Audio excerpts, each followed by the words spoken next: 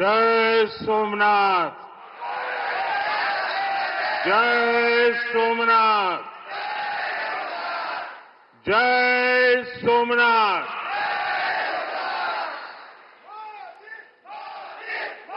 गुजरात के लोकप्रिय मुख्यमंत्री श्री भूपेंद्र भाई पटेल, ऊर्जावान युवा उप मुख्यमंत्री हर्ष संघवी जी, गुजरात सरकार में मंत्री जीतूभाई वाघाणी, अर्जुन भाई मोढवाडिया, डॉक्टर प्रद्युम्न वाजा, कौशिक भाई वेकरिया, सांसद राजेश भाई, अन्य महानुभाव, देवी और सज्जनों, आज देश के कोने कोने से लाखों लोग जुड़े हैं हमारे साथ। उन सबको भी मेरी तरफ से जय सोमनाथ।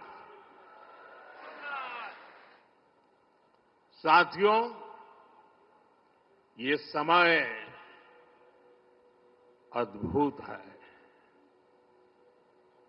ये वातावरण अद्भुत है, ये उत्सव अद्भुत है। एक और स्वयं देवादिदेव महादेव, दूसरी ओर समुद्र की विशाल लहरें, सूर्य की किरणें, मंत्रों की ये गूंज, आस्था का ये उफान, और इस दिव्य वातावरण में भगवान सोमनाथ के आप सब भक्तों की उपस्थिति, ये इस अवसर को दिव्य बना रही है, भव्य बना रही है। और मैं इसे अपना बहुत बड़ा सौभाग्य मानता हूं कि सोमनाथ मंदिर ट्रस्ट के अध्यक्ष के रूप में मुझे सोमनाथ स्वाभिमान पर्व में सक्रिय सेवा का अवसर मिला है।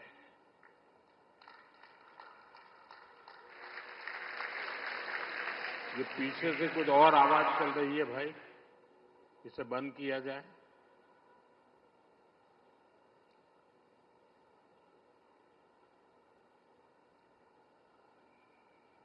बहत्तर घंटों तक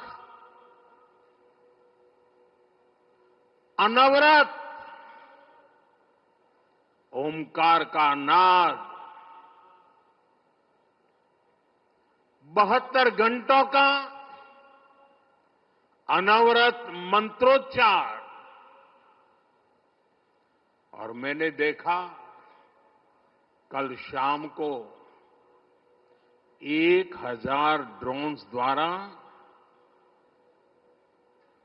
वैदिक गुरुकुलों के 1000 विद्यार्थियों की उपस्थिति, सोमनाथ के 1000 वर्षों की गाथा का प्रदर्शन, और आज 108 अश्वों के साथ मंदिर तक शौर्य यात्रा, मंत्रों और भजनों की अद्भुत प्रस्तुति, सब कुछ मंत्र मुग्ध कर देने वाला है। इस अनुभूति को शब्द अभिव्यक्त नहीं कर सकते। इसे केवल समय ही संकलित कर सकता है। इस आयोजन में गर्व है, गरिमा है, गौरव है और इसमें गरिमा का ज्ञान भी है। इसमें है वैभव की विरासत, इसमें है आध्यात्म की अनुभूति, अनुभव है, आनंद है, आत्मीयता है और सबसे बढ़कर देवाधिदेव महादेव का आशीर्वाद है। आइए मेरे साथ बोलिए, नमः पार्वती पतये हर हर महादेव।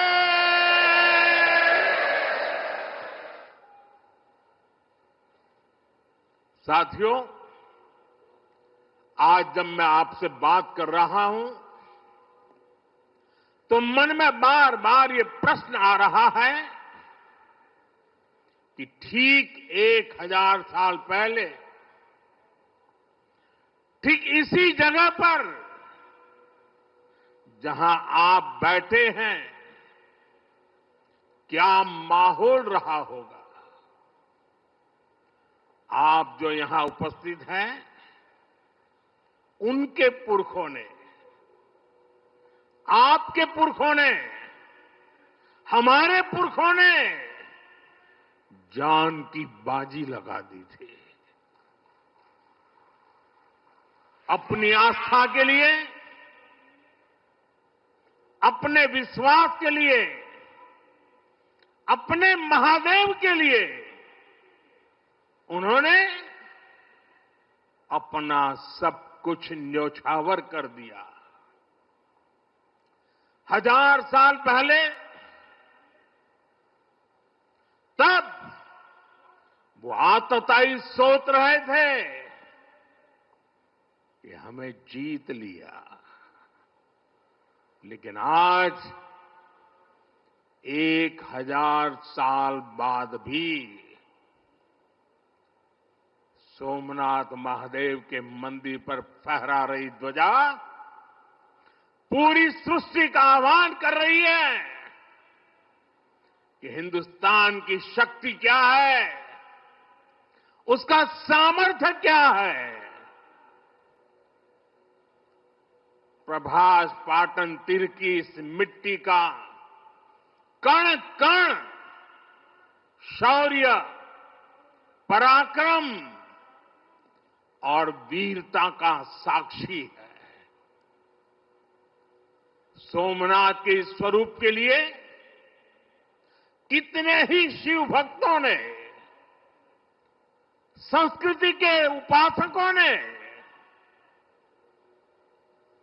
संस्कृति के ध्वज धारकों ने अपने प्राणों की आहुति दी है। आज सोमनाथ स्वाभिमान पर्व पर सबसे पहले मैं हर उस वीर वीरांगना को नमन करता हूं जिसने सोमनाथ की रक्षा को, मंदिर के पुनर्निर्माण को अपना जीवन ध्येय बनाया, अपना सब कुछ देवाधिदेव महादेव को अर्पण कर दिया। भाइयों बहनों, प्रभास पाटन का एक क्षेत्र भगवान शिव का अपना क्षेत्र तो है। इसकी पवित्रता भगवान श्री कृष्ण से भी जुड़ी है। महाभारत काल में पांडवों ने भी इस तीर्थ में तपस्या की थी। इसलिए ये अवसर भारत के अनगिनत आयामों को नमन करने का भी अवसर है। ये भी एक सुखद संयोग है कि आज जब सोमनाथ मंदिर के इस स्वाभिमान यात्रा के 1000 साल पूरे हो रहे हैं, तो साथ ही 1951 में हुए इसके पुनर्निर्माण के 75 साल भी पूरे हो रहे हैं। मैं दुनिया भर के करोड़ों श्रद्धालुओं को सोमनाथ स्वाभिमान पर्व की शुभकामनाएं देता हूं। साथियों, सोमनाथ स्वाभिमान पर्व 1000 साल पहले हुए विध्वंस के स्मरण के लिए नहीं, ये पर्व 1000 साल की यात्रा का पर्व है।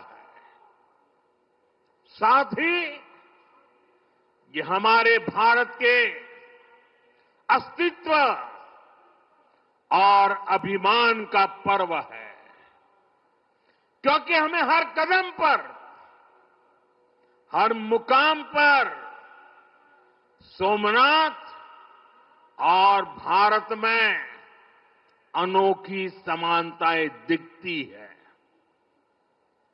जैसे सोमनाथ को नष्ट करने के एक नहीं अनेकों प्रयास हुए, दुष्प्रयास हुए, उसी तरह विदेशी आक्रांताओं द्वारा कई सदियों तक भारत को खत्म करने की लगातार कोशिशें होती रही, लेकिन न सोमनाथ नष्ट हुआ और न ही भारत नष्ट हुआ,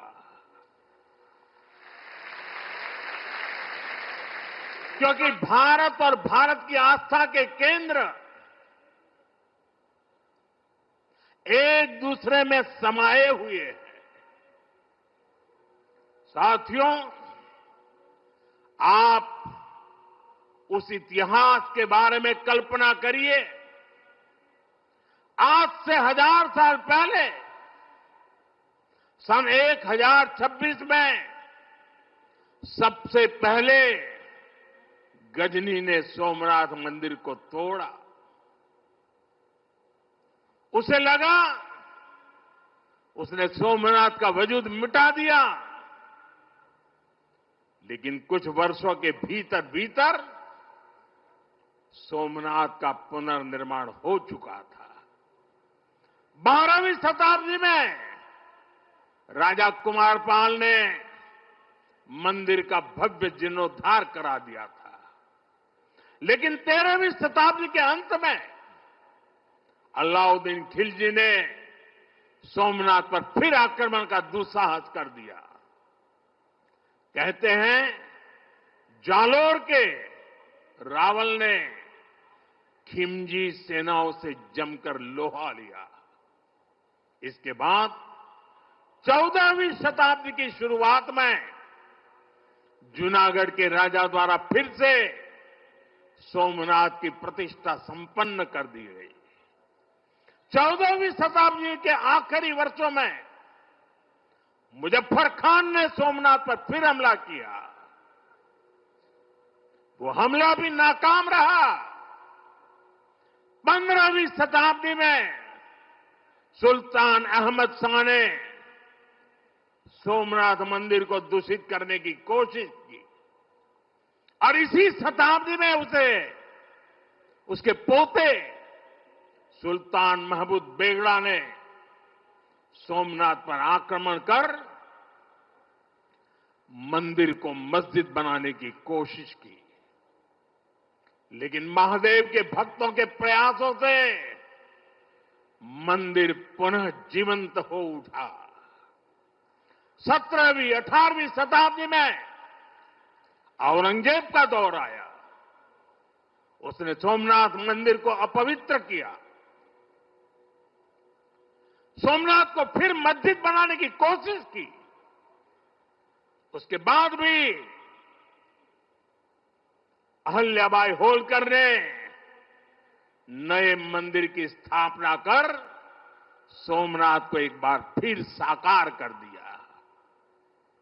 यानी सोमनाथ का इतिहास विनाश और पराजय का इतिहास नहीं है। ये इतिहास विजय और पुनर्निर्माण का है, हमारे पूर्वजों के पराक्रम का है, हमारे पूर्वजों के त्याग और बलिदान का है। आतताई आते रहे, मजहबी आतंक के नए नए आक्रमण होते रहे, लेकिन हर युग में सोमनाथ पुनः पुनः स्थापित होता रहा। इतनी सदियों तक का संघर्ष, इतना लंबा प्रतिकार, इतना महान धैर्य, सृजन और पुनर्निर्माण का ऐसा जीवन, ये सामर्थ्य अपनी संस्कृति में ऐसा विश्वास और ऐसी आस्था दुनिया के इतिहास में ऐसा उदाहरण मिलना मुश्किल है।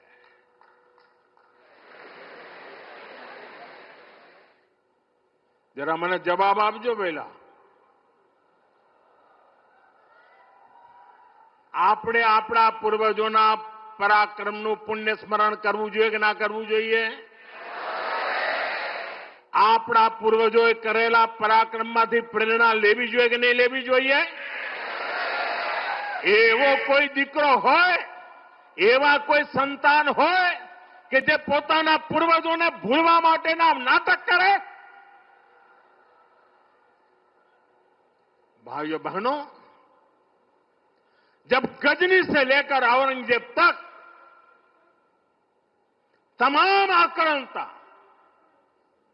सोमनाथ पर हमला कर रहे थे, तो उन्हें लग रहा था कि उनकी तलवार सनातन सोमनाथ को जीत रही है। वो मजहबी कट्टरपंथी ये नहीं समझ पाए कि जिस सोमनाथ को वो नष्ट करना चाहते हैं, उनके नाम में ही सोम अर्थात अमृत जुड़ा हुआ है। उसमें हलाहल को पीकर भी अमर रहने का विचार जुड़ा है।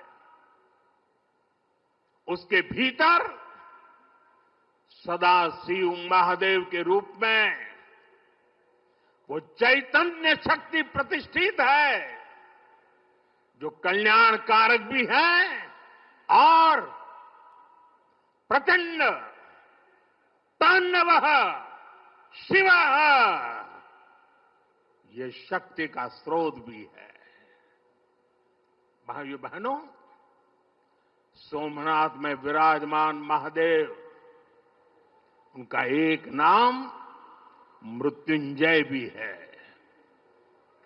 मृत्युंजय, जिसने मृत्यु को जीत लिया हो, जो स्वयं काल स्वरूप है।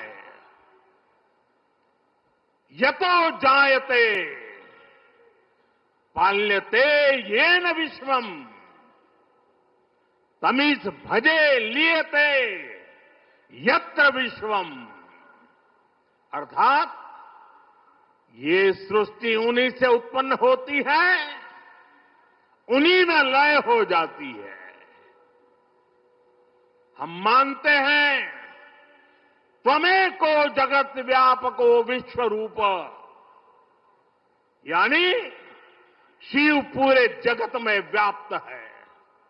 इसलिए इस हम कण कण कंकड़ कंकड़ में भी उस शंकर को देखते हैं। फिर कोई उन शंकर के कितने स्वरूपों को नष्ट कर सकता है?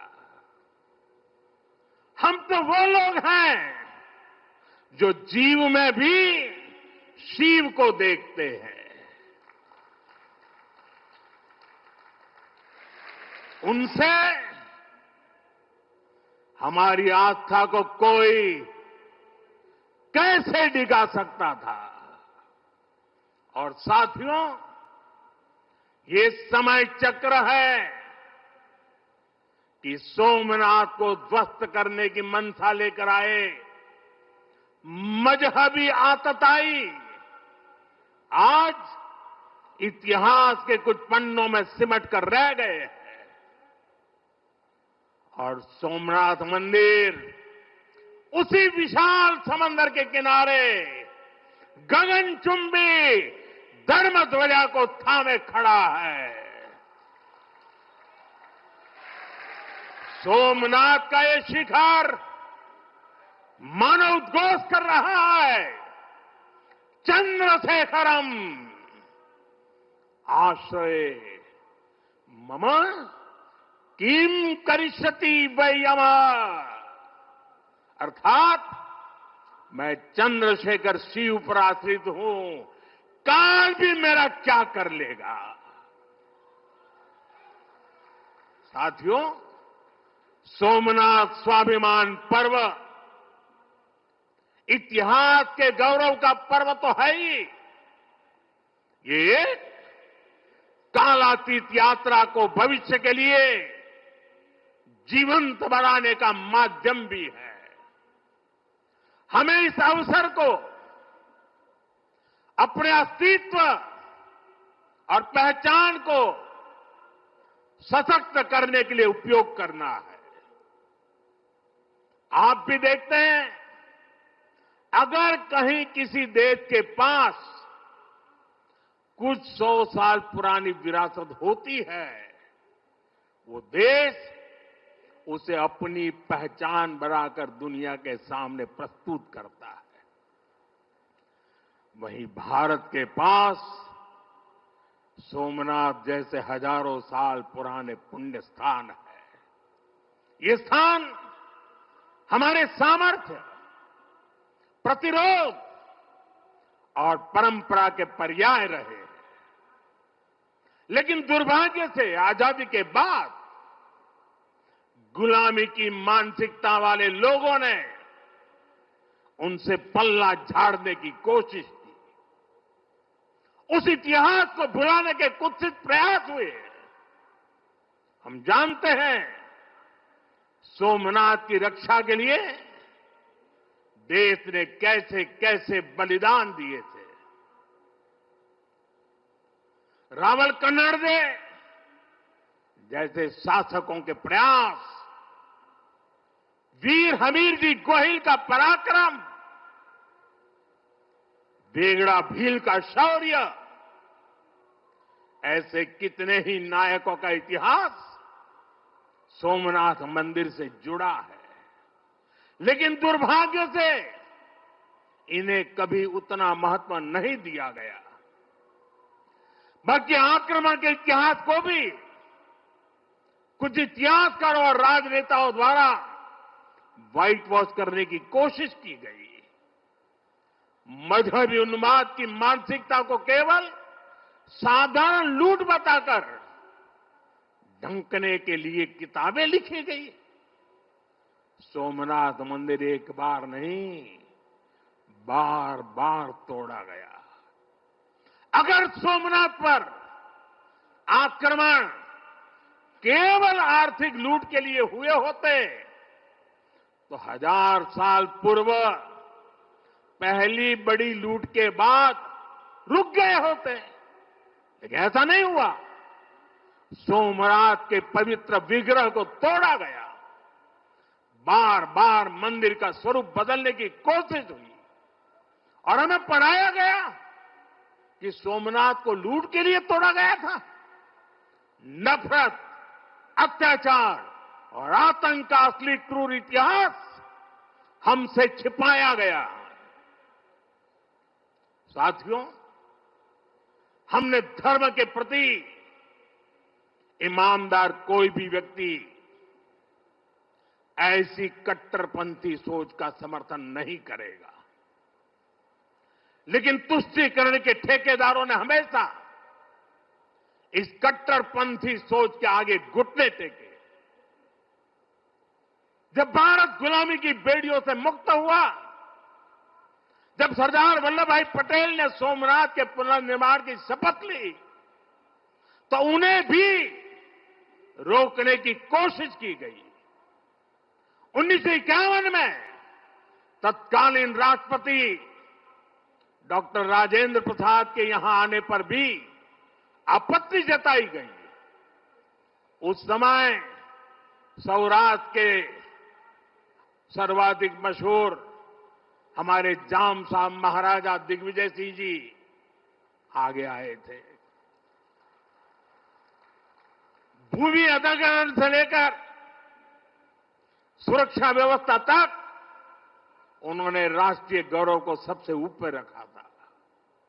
उस दौर में सोमनाथ मंदिर के लिए जाम साहब ने 1 लाख रुपए का दान दिया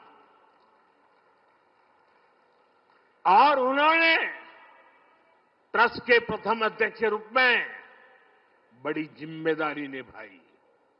भाइयों बहनों, दुर्भाग्य से आज भी हमारे देश में वो ताकतें मौजूद है, पूरी तरह सक्रिय है, जिन्होंने सोमनाथ पुनर्निर्माण का विरोध किया।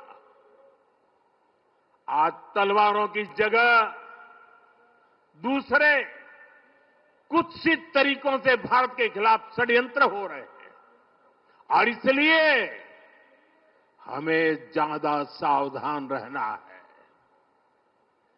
हमें खुद को शक्तिशाली बनाना है, हमें एक रहना है, एकजुट रहना है, ऐसी हर ताकत को हराना है जो हमें बांटने की साजिशें रच रही है।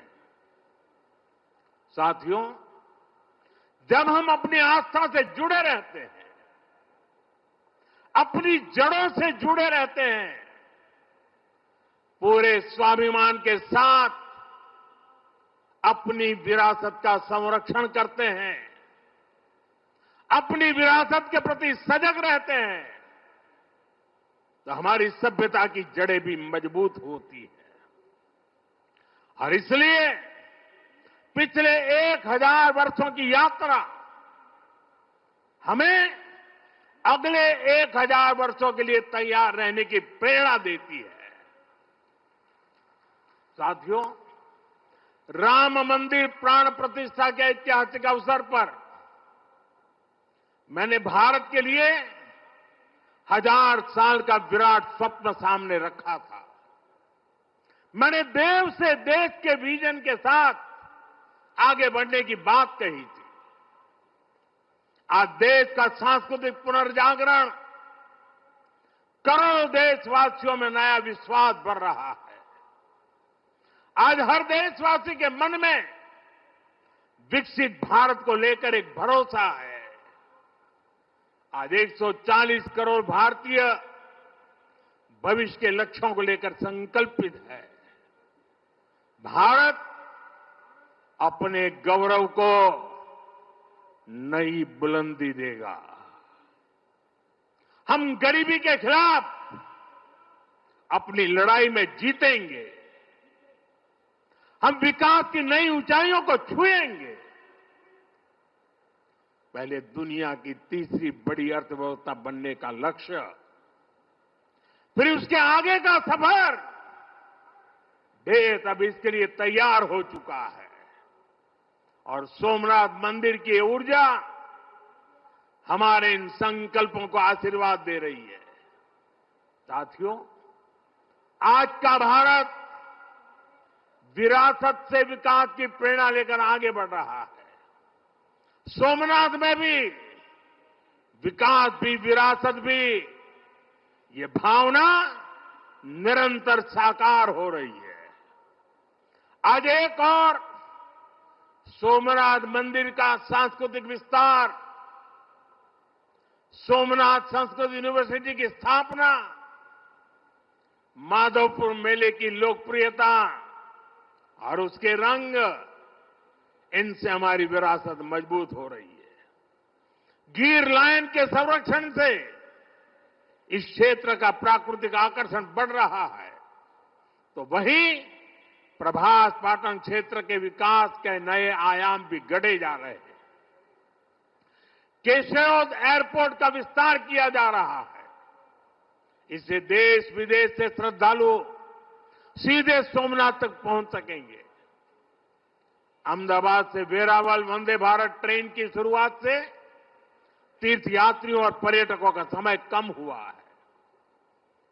इस क्षेत्र में यात्रा धाम सर्किट का विकास भी किया जा रहा है। यानी आज का भारत आस्था को स्मरण करने के साथ ही इंफ्रास्ट्रक्चर, कनेक्टिविटी और टेक्नोलॉजी के जरिए उसे भविष्य के लिए सशक्त भी कर रहा है।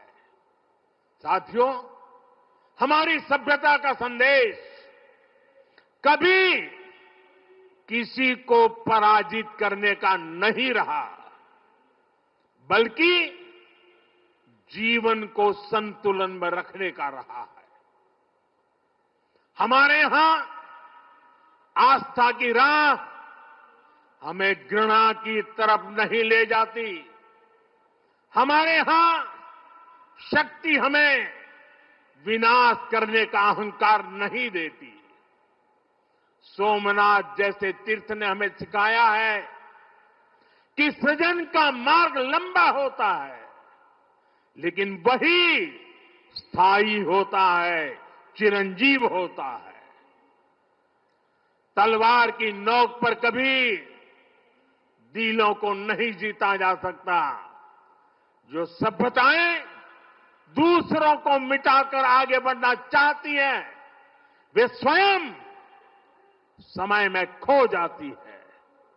इसलिए भारत ने दुनिया को ये नहीं सिखाया कि दूसरे को हराकर कैसे जीता जाए, बल्कि ये सिखाया कि कैसे दिलों को जीतकर जिया जाए। ये विचार आज दुनिया की जरूरत है। सोमनाथ की 1000 वर्षों की गाथा पूरी मानवता को सीख दे रही है। इसलिए आइए हम संकल्प करें, हम विकास की ओर आगे बढ़ें, कदम से कदम मिलाकर चले, कंधे से कंधा मिलाकर चले, मन से मन को जोड़कर चले। लक्ष्य को ओझल दिए हुए बिना हम चलते चले और साथ ही अपने अतीत और अपनी विरासत से भी जुड़े रहें। हम आधुनिकता को अपनाते हुए अपनी चेतना को संभाले रखें। आइए सोमनाथ स्वाभिमान पर्व जैसे आयोजनों से प्रेरणा लेते हुए विकसित होने के मार्ग पर तेजी से चले। हर चुनौती को पार करते हुए हम अपने लक्ष्य तक पहुंचे। और ये कार्यक्रम आज तो शुरू हो रहा है। हमें 1000 साल का स्मरण देश के कोने कोने में करना है। दुनिया को हमारी विरासत का परिचय करवाना है। हमें 75 साल का ये नया पर्व भी मनाना है और हम 2027 मई तक इसको मनाते रहें, जन जन को जगाते रहें। जगा हुआ देश सपनों को साकार करने के लिए चलता रहे। इसी कामना के साथ एक बार फिर समस्त देशवासियों को मैं बहुत बहुत शुभकामनाएं देता हूं। हर हर महादेव। जय सोमनाथ, जय सोमनाथ, जय सोमनाथ।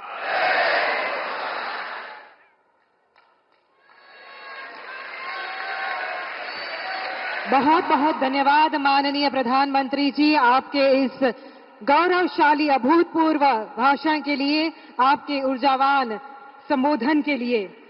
आपके प्राणवान नेतृत्व में भारतवर्ष का ज्ञान, विज्ञान, सभ्यता, संस्कार, संस्कृति विश्व के सामने पुनः स्थापित करने वाले शौर्यवान, धैर्यवान, सनातनी सपूत ऐसे माननीय प्रधानमंत्री नरेंद्र मोदी सोमनाथ स्वाभिमान पर्व पर बड़ी बातों का जिक्र कर रहे थे। यहां से बड़ा उद्घोष प्रधानमंत्री नरेंद्र मोदी ने किया है। सोमनाथ मंदिर 1000 साल का स्वाभिमान पर प्रधानमंत्री नरेंद्र मोदी ने कई बड़ी बातों का यहां जिक्र किया, जहां कहा कि विकसित भारत का संकल्प है, विरासत